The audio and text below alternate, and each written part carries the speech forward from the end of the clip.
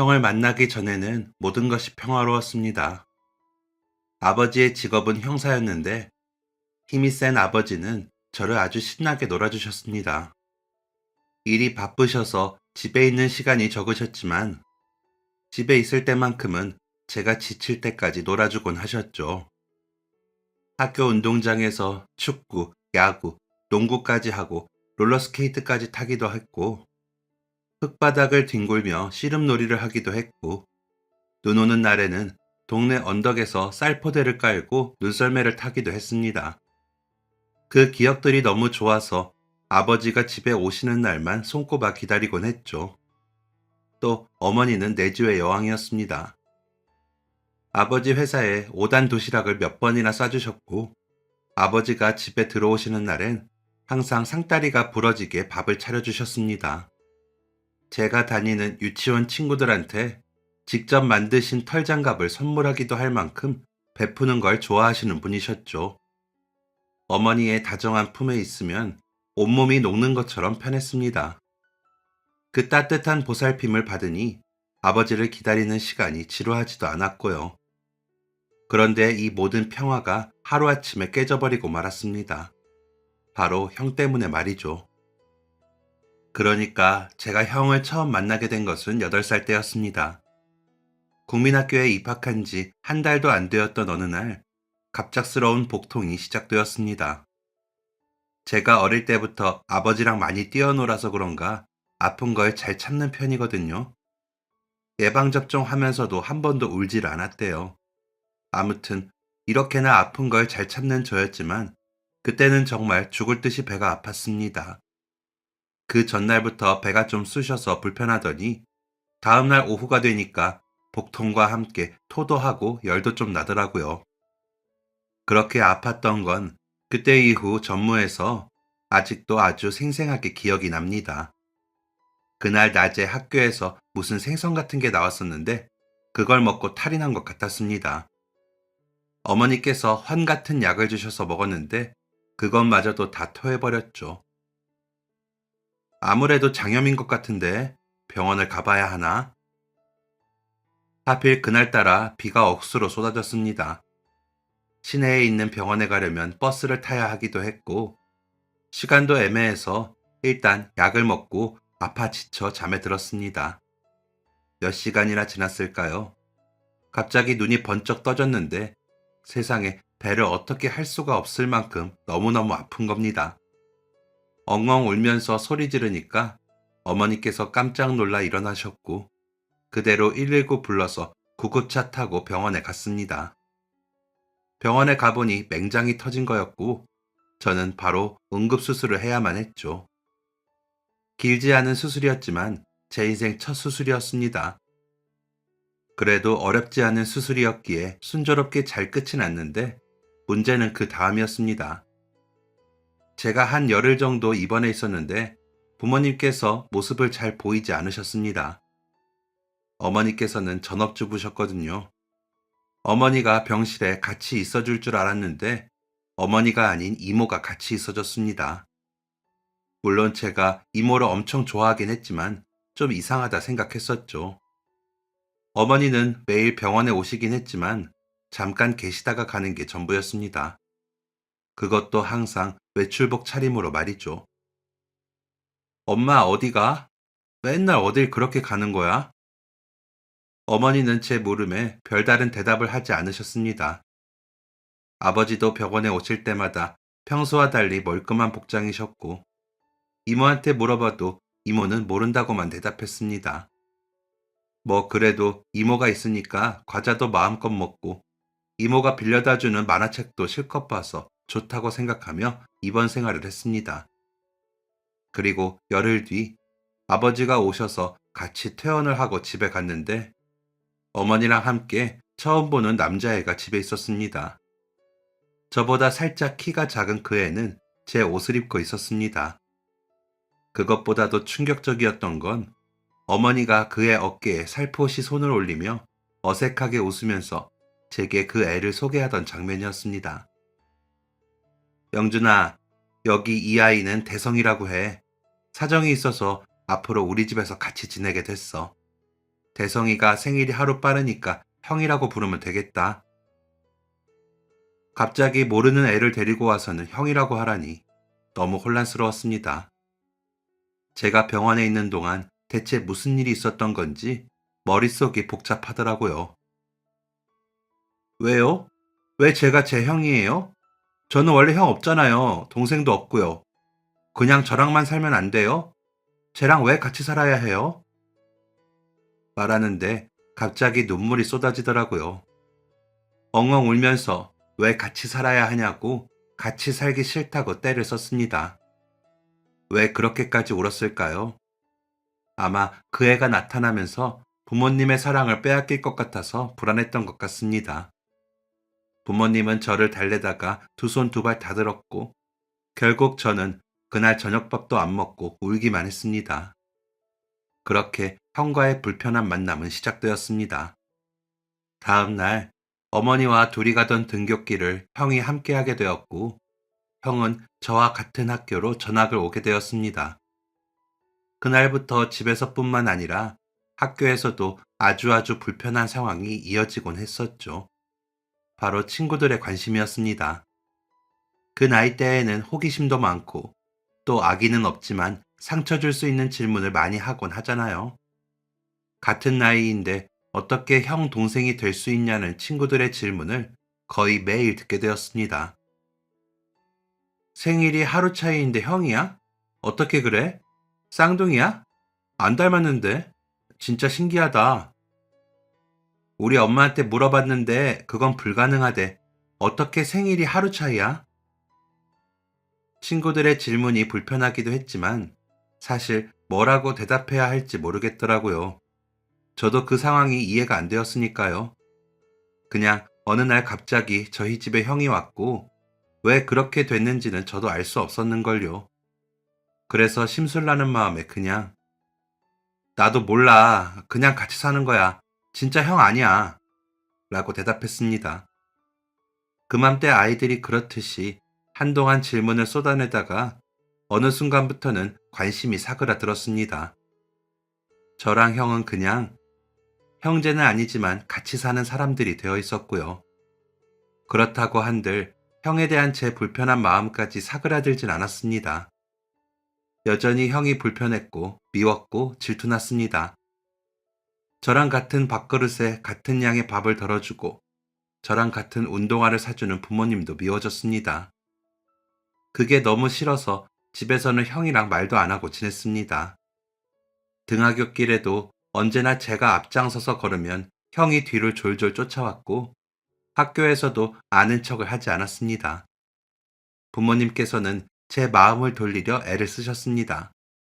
엄마랑 아빠는 여전히 우리 영준이를 사랑해.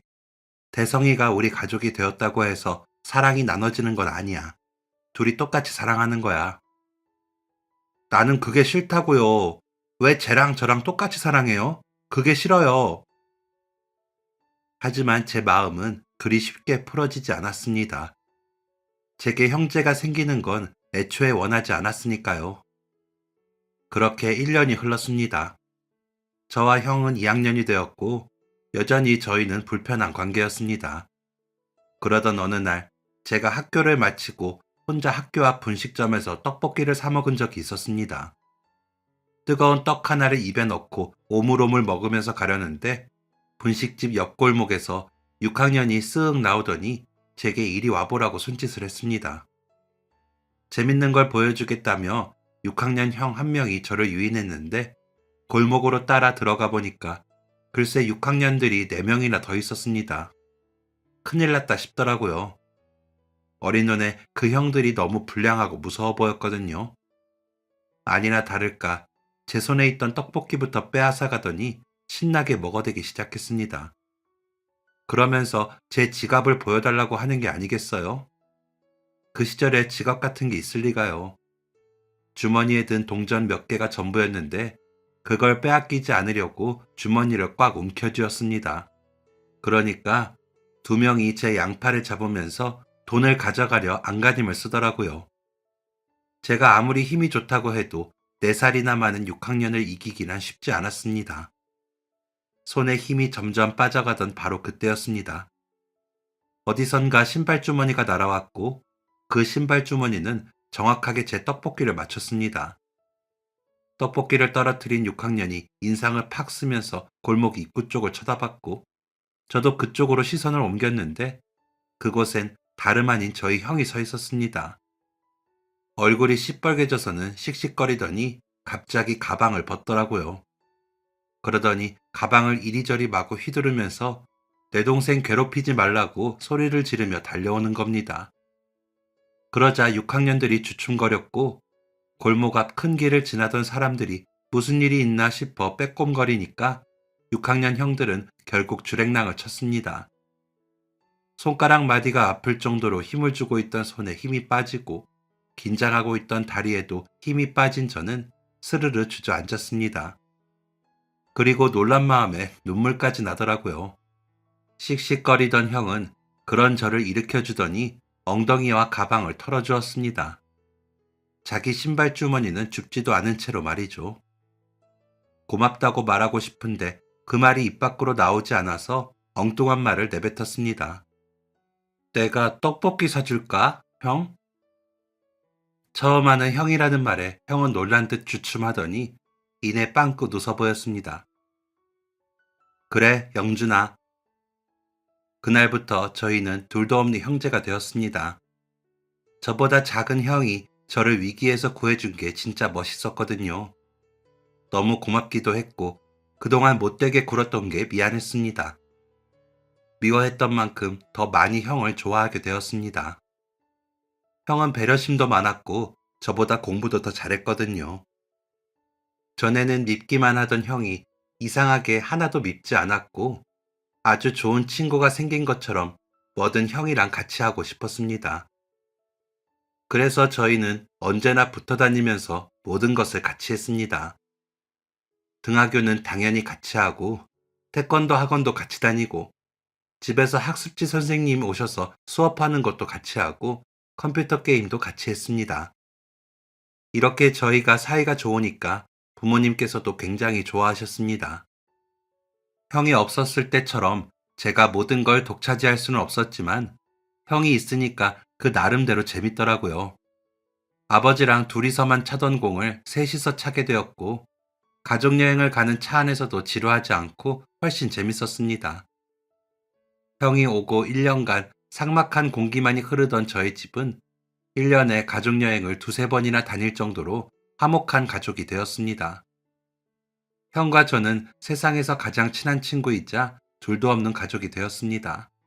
그러다가 중학생이 되면서 저도 형도 2차 성징이 시작되었고 변성기도 오고 키도 쑥 크고 얼굴도 전과 많이 달라지기 시작했습니다.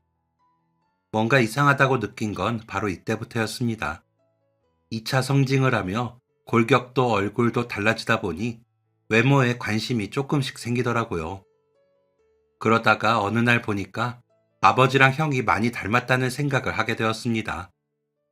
아버지께서 눈썹이 엄청 진하시거든요. 형도 어릴 때부터 진하긴 했는데 점점 클수록 아버지 눈썹을 많이 닮아가고 있었습니다. 반면에 저는 눈썹이 그저 평범했고요. 또 아버지 발가락 중 두 번째 발가락이 되게 길거든요. 그 발 모양도 형이랑 같았습니다. 형과 아버지가 닮은 것은 외모뿐만이 아니었습니다. 아버지께서 왼손잡이시거든요. 어릴 때부터 왼손을 쓰셨는데 할아버지한테 엄청 혼나셔서 겨우 오른손을 쓰게 되셨답니다. 하지만 왼손이 더 편하다고 주로 왼손을 쓰시죠. 그런데 저희 형도 왼손잡이였습니다. 밥 먹는 것도 글씨를 쓰는 것도 모두 왼손으로 했습니다. 그럴 수가 있나 해서 더 생각해 보니까 아버지랑 형이랑 둘 다 땅콩 알레르기가 있다는 것도 깨닫게 되었습니다. 언제 한번 형이 식당에서 반찬으로 나온 땅콩 멸치볶음을 먹고 난리가 났던 기억이 나더라고요. 아버지도 땅콩을 못 드셔서 정월대보름에도 저희 집에는 땅콩이 없고는 했죠. 생각하면 생각할수록 아버지와 형은 닮은 점이 많았습니다. 하지만 그때는 신기하다 정도로 생각할 뿐이었습니다. 살면서 그런 부분이 닮을 수도 있구나 하며 대수롭지 않게 생각했죠. 아버지가 저와 잘 지내시는 만큼 형이랑도 사이가 좋았거든요. 저랑은 몸으로 많이 놀아주시고 형이랑은 같이 바둑도 두고 수수께끼 문제를 내면서 놀아주곤 했습니다. 형이 어느새 집에 온 지도 7년이 훌쩍 넘었으니 그럴 수도 있겠거니 하면서 넘겼던 것 같습니다. 사실 엄청난 비밀이 숨어 있다는 걸 모른 채 말이죠. 그러다 또 한 번 의심을 하게 된 건 고등학생 때였습니다. 과학 시간에 유전에 대해서 배우게 되었는데 그때 혈액형 유전을 처음 알게 되었습니다. 저희 집은 아버지 A형, 어머니 AB형, 형 A형, 저 B형 이렇게거든요. 아버지와 어머니 사이에서 나올 수 있는 혈액형이 A형과 B형인데 형도 그중 포함되어 있었던 거죠. 형은 친자식이 아닌데 말이에요. 그런데 뭐 혈액형은 네 종류밖에 없잖아요. 그렇게 따지면 제 친구들 중 A형은 다 아버지랑 연관이 있게요. 너무 과한 상상을 했다 싶었는데 그날 나란히 앉아서 저녁밥을 먹는 아버지와 형을 보니 조금 소름이 돋았습니다. 너무나도 닮은 외모에 둘 다 왼손으로 젓가락질을 하고 있고 웃는 표정까지도 비슷했습니다. 그날 밤 저는 머릿속이 복잡해서 쉽게 잠이 오지 않았습니다.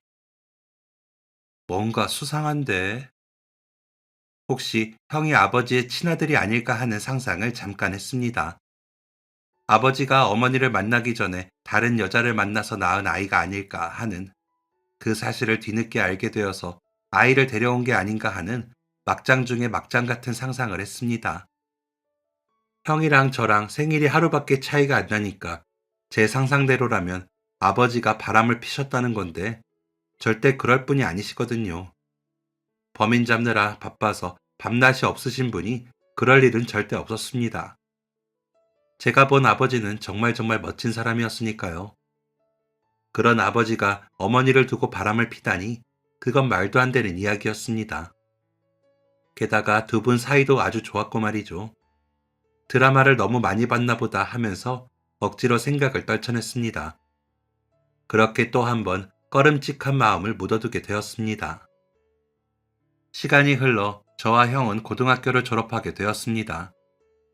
그리고 둘 다 대학교에 합격을 했는데 같은 대학에 합격을 하게 되었습니다. 둘 다 같은 대학을 가고 싶어 했거든요. 형이야 뭐 어릴 때부터 공부를 잘해서 원하는 대학에 가기에 충분했지만 저는 좀 어려웠습니다. 그런데 수능날 기적이 일어났는지 성적이 엄청 잘 나왔고 그 덕에 형이랑 같은 학교에 합격을 하게 된 거였죠. 과는 달랐지만 초중고에 이어 대학까지 같은 학교를 가게 되어서 신기하고 좋았습니다. 저희 형제는 부모님의 도움으로 학교 근처에서 자취를 할 수 있었습니다.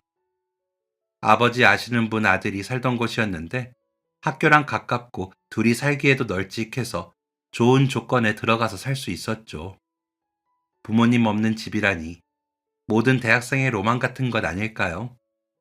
부모님 안 계신다고 뭐 대단한 걸 하는 건 아니지만 내 살림을 내가 꾸려보는 낭만이 있잖아요.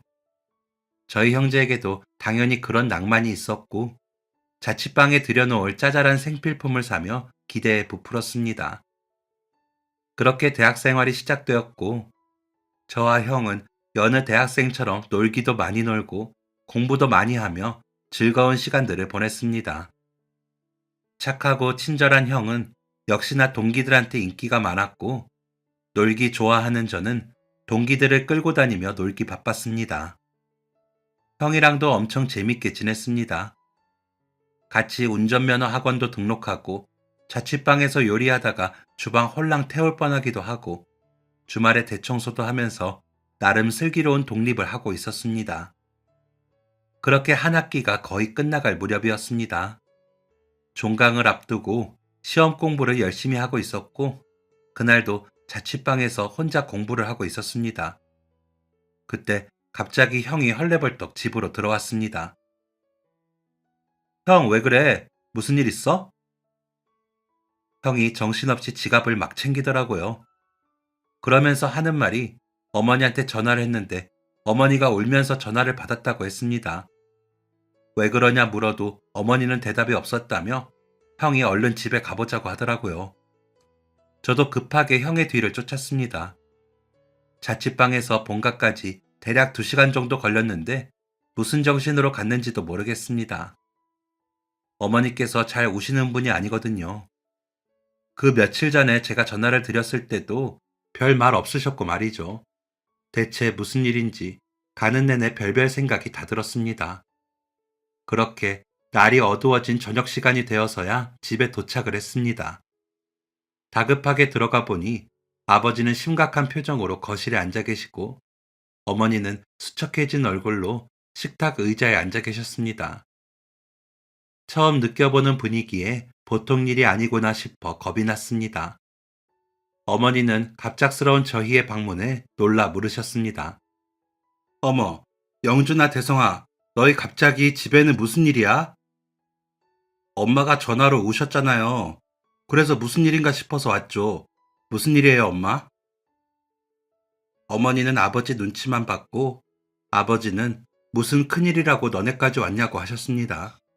하지만 곧 듣게 된 일은 아주 큰일이었습니다. 아버지께서 아프시다고 하더라고요. 병명은 급성 골수성 백혈병. 백혈병이라뇨. 그렇게 무서운 병은 드라마만 봤지 제 가족에게 그런 병이 찾아올 거라고는 상상도 못했습니다. 특히 아버지 같은 분께 그런 병이 찾아올 거라고는 더욱 예상하지 못해서 큰 충격이었습니다. TV에 나오는 형사님들처럼 덩치도 크고 키도 크고 힘도 엄청 센 아버지가 백혈병이라니 듣고도 믿기 힘들더군요. 겨울철에도 덥다며 집에서 민소매를 입고 다니시고 힘이 넘치셔서 손에 닿았다 하면 플라스틱이고 나무고 힘없이 부러져서 옛날부터 어머니께 혼도 많이 나셨습니다. 어울리지 않게 술은 잘 못 드시고 두유를 좋아하시는 분인데 그런 아버지가 어떻게 백혈병에 걸릴 수 있겠어요. 어느 날부턴가 체력이 예전 같지 않고 코피도 자주 나는 것 같아서 병원에 갔다가 피 검사를 권유받았고 그때 이상하다는 걸 알게 되셨답니다. 저희도 모르게 혼자 대학병원에서 정밀 검사를 하셨고 그 결과 병을 알게 되셨다더군요. 심각한 분위기가 싫으셨는지 아버지께서는 애써 괜찮은 척을 하셨습니다. 주사 맞으면 괜찮아진다니까 너무 걱정들 하지 마. 여보, 그만 울고. 말이 좋아 주사지 항암이잖아요. 그게 어디 쉬운 줄 알아요? 항암이고 뭐고 이겨내면 되지. 왜 이래? 누구 초상났어? 밥이나 먹자고. 너희 밥도 안 먹고 왔지? 초상이라니 말이라도 그런 말 하지 말아요, 이 양반아. 그래도 아버지께서 좌절하지 않아서 그나마 다행이라고 생각했습니다. 정신력이 있어야 병도 이겨낼 수 있는 거니까요. 그날 부모님과 함께 늦은 저녁 식사를 한 뒤에 다음날 새벽에 형이랑 다시 자취방으로 향했습니다. 잠을 한숨도 못 잤고 시험은 다 망쳤지만 그게 문제겠어요. 앞으로 더 큰 시험이 남아 있었는걸요. 그래도 그 다음 주에 형이랑 둘 다 종강을 하게 되어서 다행이었습니다. 아버지 간호를 할 수 있었으니까요. 아버지는 입원을 하셔서 항암 치료를 받게 되셨고 어머니랑 형이랑 저랑 셋이 번갈아 가면서 아버지 곁을 지켰습니다. 아버지께서는 뭐 한다고 정신없게 다 오냐며 그냥 주사 좀 맞다가 집에 가는 거라고 말씀하셨지만 어쩐지 제가 보기엔 아버지 눈빛에 걱정과 불안이 보였습니다. 그리고 아버지가 입원해 계신 한 달 남짓한 시간 동안 아버지는 굉장히 많이 힘들어 하셨습니다. 체력이 20대 못지 않으시던 분이셨는데 체력도 눈에 띄게 떨어지시고 빈혈은 기본에 구역질도 종종 하셨습니다. 가끔 몸이 덜덜 떨릴 정도로 오한을 느끼기도 하셨고요. 항암 치료를 하는 다른 사람들처럼 머리가 숭덩숭덩 빠져서 결국 머리를 깔끔하게 밀어버리기도 하셨습니다. 어머니께서 아버지 머리 민 모습을 보고 이러니까 진짜 아픈 사람 같다며 엄청 울기도 하셨죠. 그렇게 한 달간 항암 치료를 하게 되었는데 거기서 끝이 아니었습니다. 남아있는 암세포를 없애려고 추가 항암을 진행해야 했고 아버지와 병과의 싸움은 끝나질 않았죠. 그 사이 저와 형은 개강을 했고 학교와 자취방, 그리고 본가로 오가면서 부모님을 살폈습니다. 어머니께서 아버지 간호를 하시면서 정작 본인 끼니는 잘 못 챙기시더라고요. 형이랑 저 둘 다 서툰 솜씨지만 그간 자취방에서 이것저것 해먹었던 실력을 발휘해서 갈 때마다 어머니 식사를 차려드리기도 했습니다. 간호도 체력이 있어야 하는 거더라고요. 아무튼 이렇게 온 가족이 병과 싸우며 긍정적인 마음을 가졌습니다. 그러다 시간이 지나고 추운 겨울날 온 가족이 아버지를 모시고 병원에 가게 되었습니다. 그동안 아버지의 상태는 좋아졌다 나빠졌다를 반복했고 의사 선생님께서는 그런 아버지께 이런 제안을 하셨습니다. 이번 항암은 잘 끝났습니다. 골수 검사도 괜찮기는 한데 검사에서 재발 위험이 높은 유형이 확인이 되어서요. 지금은 괜찮을지 모르지만 나중엔 항암만으로 어려울 수도 있습니다. 항암이 잘 끝났다고 해서 안도의 한숨을 내뱉으려는 동시에 삼켰습니다. 이게 희망적인 얘기인지 아닌지 모르겠더라고요. 그럼 어떻게 해야 하나요? 가장 좋은 방법은 골수 이식입니다. 가장 가능성이 높은 과정이죠. 공여자는 가족분들이 해주시기도 하고 아니면 기증자를 찾는 것도 방법입니다. 고민할 것도 없었습니다. 부모님이 아프셔서 장기를 떼어줘야 한다고 해도 당연히 떼어드릴 건데 골수 이식쯤이야 얼마든지 할 수 있었습니다. 저는 의사 선생님의 말이 끝나자마자 자신있게 대답했습니다. 제가 할게요. 검사 예약 바로 잡을 수 있나요? 그런데 그때였습니다. 형이 제 어깨에 손을 툭 올리더니 이렇게 말했습니다. 아니요, 제가 할게요. 제가 골수 이식하겠습니다.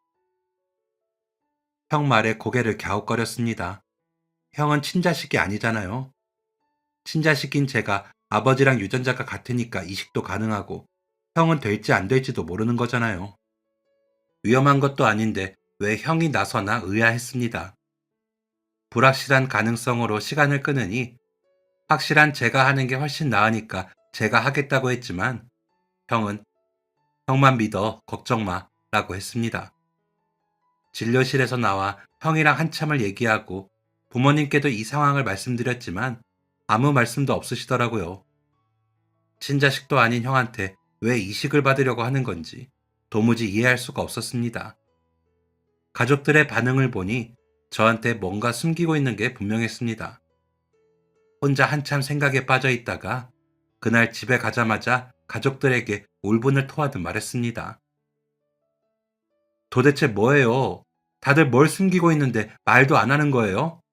설마 형이 진짜 아버지 친자식이에요? 아버지한테 다른 분 있었던 거예요? 그런 거냐고요? 형은 대답 없이 고개를 저었고 아버지와 어머니는 한참 동안 입을 꾹 닫으셨습니다. 정말 내 생각이 맞는 건가? 형이랑 배다른 남매 뭐 그런 건가 생각하고 있는데 어머니께서 제 두 손을 꼭 잡더니 어렵게 입을 떼셨습니다. 아들, 귀한 내 새끼 영준아. 네, 엄마, 말씀하세요. 지금부터 엄마가 하는 말 놀라지 말고 들어. 그리고 그날 저는 차마 믿을 수 없는 모든 진실을 알게 되었습니다. 시간은 거꾸로 흘러 제가 8살 때로 돌아갑니다. 제가 입학한 지 얼마 안 되어서 극심한 복통으로 응급실에 실려갔던 일이 있었잖아요. 맹장이 터져서 인생 처음으로 수술을 하고 한동안 병원 신세를 져야 했던 바로 그때요. 부모님께서 충격적인 사실을 알게 된 것은 바로 그때였다고 했습니다. 제가 수술에 들어가기 전에 의료진이 부모님께 제 혈액형을 물어봤대요. 그래서 어머니는 A형이라고 대답하셨답니다. 태어나자마자 병원에서 혈액형을 검사했을 때 A형이었다면서요. 그런데 수술 직전에 의료진이 나와서 하는 말이 검사해봤는데 A형이 아니네요. 아드님 혈액형을 잘못 알고 계셨나 봐요. B형이에요. 그 순간 어머니는 머릿속이 멍하셨답니다. 어머니 혈액형이 사실 A형이었거든요. 아버지도 A형, 어머니도 A형이니 B형은 절대 태어날 수가 없었습니다. 그날 제가 수술을 하는 동안 어머니는 그 혈액형 때문에 머리가 아주 복잡하셨답니다. 혹시 A형들 사이에서 B형이 태어날 수도 있나 싶어서 병원에 지나가는 간호사들을 붙잡고 물어봤는데도 그럴 가능성은 없다고만 하더래요. 멍하니 앉아 있었는데 머릿속은 쉬질 못했답니다. 저를 키우는 8년의 시간들이 주마등처럼 지나갔대요. 생각해보니 키우면서 석연찮은 부분이 좀 있긴 하셨답니다. 어머니랑 아버지랑 두 분 다 쌍꺼풀이 없는데 저는 쌍꺼풀이 있었거든요. 돌쯤부터 쌍꺼풀이 나오더니 점점 진하게 자리를 잡았습니다. 또 부모님과 다르게 제 머리카락은 유난히 곱슬거렸습니다. 머리카락도 어찌나 두꺼운지 맨날 머리가 부스스해서 어렸을 땐 거의 깎아머리를 하고 다닐 정도였습니다. 어머니 생각은 꼬리에 꼬리를 물다가 설마 영준이가 내 아이가 아닌가 하는 생각까지 하게 되었답니다. 그러다 수술이 끝났고 잠들어 있는 저를 가만히 바라보는데 불현듯 내 아이가 아니구나 하는 생각이 드셨대요. 그리곤 아버지와 함께 어디서부터 잘못된 건지 곰곰이 생각을 해보셨답니다. 그러다 제가 태어난 병원부터 처음부터 어디서 잘못된 건지 찾아보자 생각해 두 분은 제가 태어난 산부인과로 향하셨습니다. 제가 태어난 곳은 외진 시골이었는데 그쪽 시내에 산부인과가 딱 하나밖에 없었대요. 규모가 작은 동네 산부인과였다죠. 의사 선생님이 친절하셨고 간호사 선생님이 의사 선생님 부인이셨답니다. 나이가 지긋한 부부가 하는 산부인과였죠. 작은 병원이었지만 병원이 있는 건물 꼭대기층에 의사 부부가 살고 있어서 응급 상황에도 바로 내려왔답니다. 혹시 그 사이에 없어졌으면 어떡하나 걱정을 하며 차를 타고 가는 동안 어머니는 출산하셨을 때를 떠올리셨답니다. 아침부터 배가 살살 아프더니 오후쯤부터 배를 쥐어짜는 듯한 통증이 반복되었고 초산이었음에도 애가 나오겠다는 걸 바로 알아차린 어머니는 아버지가 퇴근하자마자 병원으로 향하셨답니다. 병원 문이 닫히려던 순간 부모님이 도착하셨고 그날 늦은 밤에 출산을 하실 수 있으셨죠. 어머니는 출산 후 출혈이 많으셔서 태반이 덕지덕지 붙은 아기를 한 번 보고 곧바로 쓰러지듯 잠에 드셨답니다. 그리고 출혈이 한동안 지속되고 다리가 너무 아프셔서 이틀 뒤 퇴원할 때가 되어서야 아기를 안을 수 있었다죠. 어머니께서 출산을 하고 2인 병실에 있으셨는데 원래 옆 침대가 비어 있었대요. 그런데 그날 오후에 한 여자가 들어왔답니다. 어머니는 반가운 마음에 먼저 말을 걸었다고 하셨습니다. 안녕하세요. 아이 낳고 오신 거죠? 저는 어제 저녁에 출산했어요. 아까 들었는데 아들 맞죠? 저희 아이도 아들이에요. 아, 안녕하세요. 맞아요, 아들. 생일이 하루 차이네요. 그러게요. 몇 킬로에 낳으셨어요? 저는 예정일보다 좀 빨라서 아기가 약간 작거든요. 딱 3킬로예요. 어머, 저희 아이도 3킬로예요. 저희 둘 다 열심히 먹여야겠네요. 입원해 있는 이틀 동안 그 여자분과 이런저런 이야기를 주고받았다고 했습니다. 어머니께서 그 여자분보다 하루 일찍 퇴원을 해서 같이 있던 시간은 이틀이 좀 안 되지만 그래도 어머니는 그 여자분의 얼굴을 정확하게 기억한다고 하시더라고요. 왜냐하면 쌍꺼풀이 아주 진했답니다. 작은 얼굴에 반이 눈이라고 해도 과언이 아닐 정도로 눈이 아주 크고 쌍꺼풀이 진해서 한 번 보면 잊을 수 없는 얼굴이었다고 하셨습니다. 혹시 아들이 그 여자애 아닐까 불안해하시며 어느덧 산부인과에 도착을 하셨답니다. 다행히 병원은 열려 있었고 그때 그 의사 선생님과 아내분도 그대로 계셨대요. 부모님께서는 자초지종을 설명하고 혹시 아이가 바뀐 것 같은 의심 가는 상황이 있다면 얘기를 해달라고 했답니다. 그리고 그 아이네 주소도 요청을 했죠. 그런데 의사가 그럴 일이 있겠냐며 어떻게 애가 바뀌냐며 말도 안 되는 소리를 하지 말라고 했다는 겁니다. 그런데 그 옆에 있던 간호사의 표정이 어쩐지 불안해 보였대요. 손을 가만히 두질 못하고 시선이 불안정한 게 뭔가 숨기고 있는 게 분명했답니다. 수많은 범인들을 상대해온 아버지는 그 수상쩍은 움직임을 놓치지 않았습니다. 선생님들, 제가 형사예요.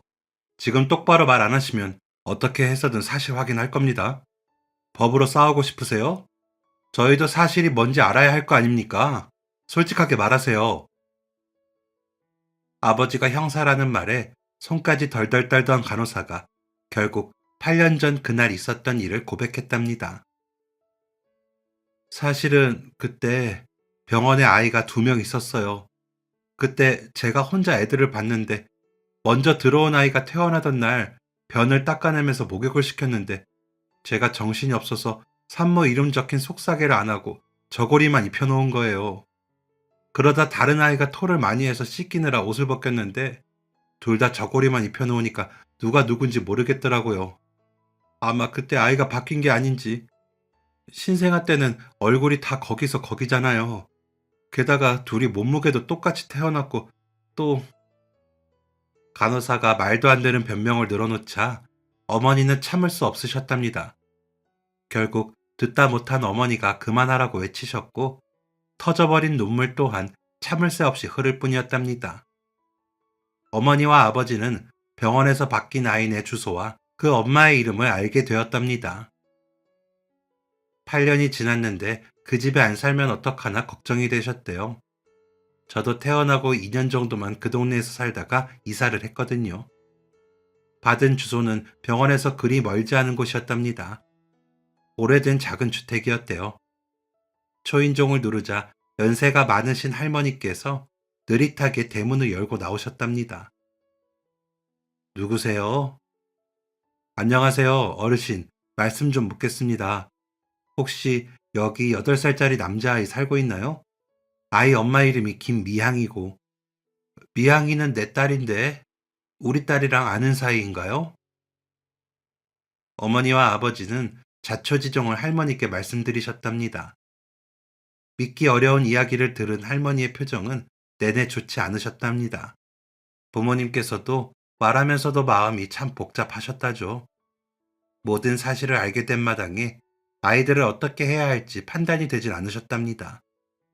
하루 이틀 키운 것도 아니고 8년이나 키운 아이를 한순간에 바꿀 수도 없는 노릇이고 그렇다고 바뀐 채로 살 수도 없고 어려운 상황이었죠. 상황을 모두 듣게 된 할머니는 눈물을 훔치셨답니다. 어째 키우면서 석연찮은 부분이 있었어요.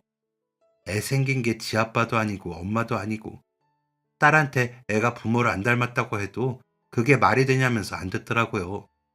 그런데 나이가 칠순이 넘으면 그런 게 보이더라고요. 뭔가 요상하다 싶은.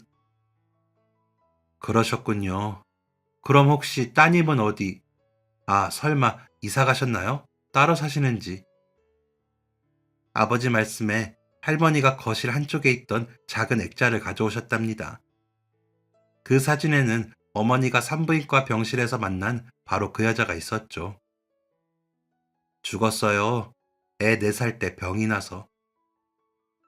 충격적인 사실에 부모님은 입이 다물어지지 않으셨답니다.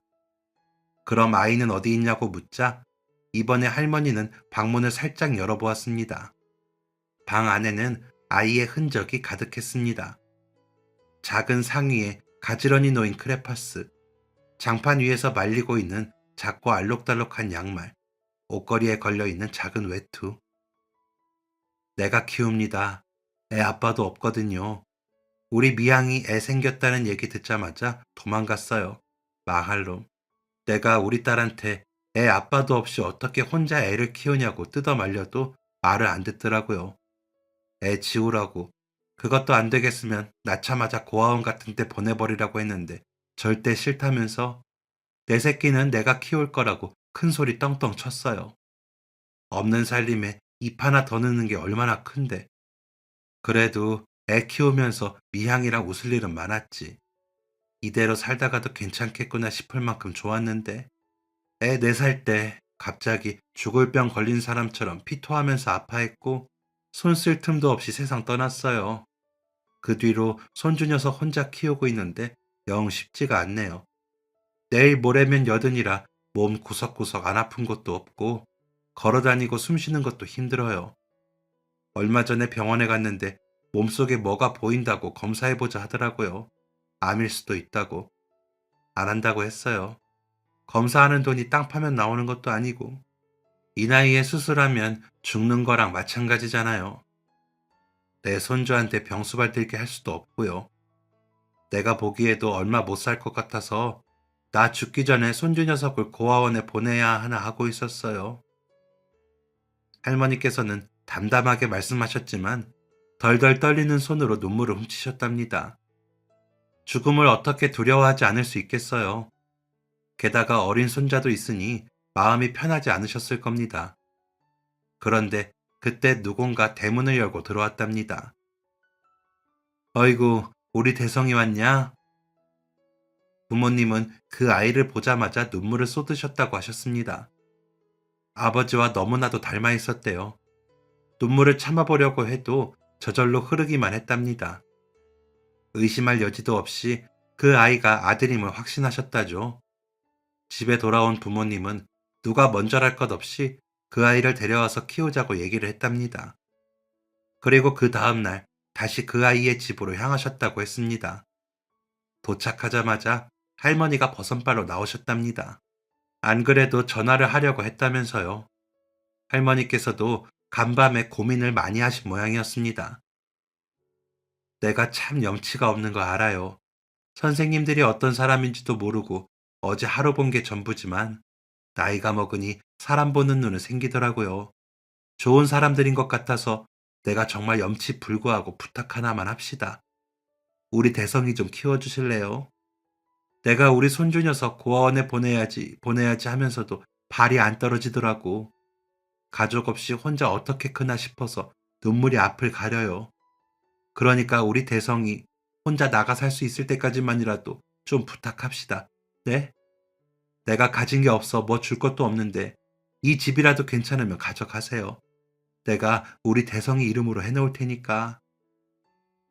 할머니께서는 울먹거리며 말씀을 하셨대요. 두 손을 모으고 간절하게 말씀을 하셨답니다. 어르신, 안 그래도 그 얘기 나누러 왔어요. 이러지 않으셔도 돼요. 어서 일어나세요. 어르신 사정도 잘 알고 무슨 말씀이신지도 알겠어요. 실은 저희도 오늘 부탁하러 온 거거든요. 대성이 저희가 키울게요.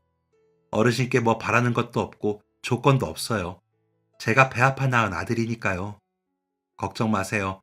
저희가 대성이 아주 잘 키울게요.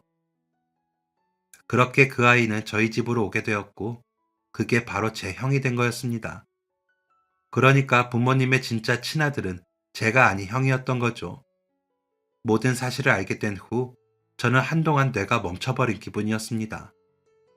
그러니까 제 진짜 부모님은 아버지가 누군지도 모르고 어머니는 돌아가셨다는 거잖아요.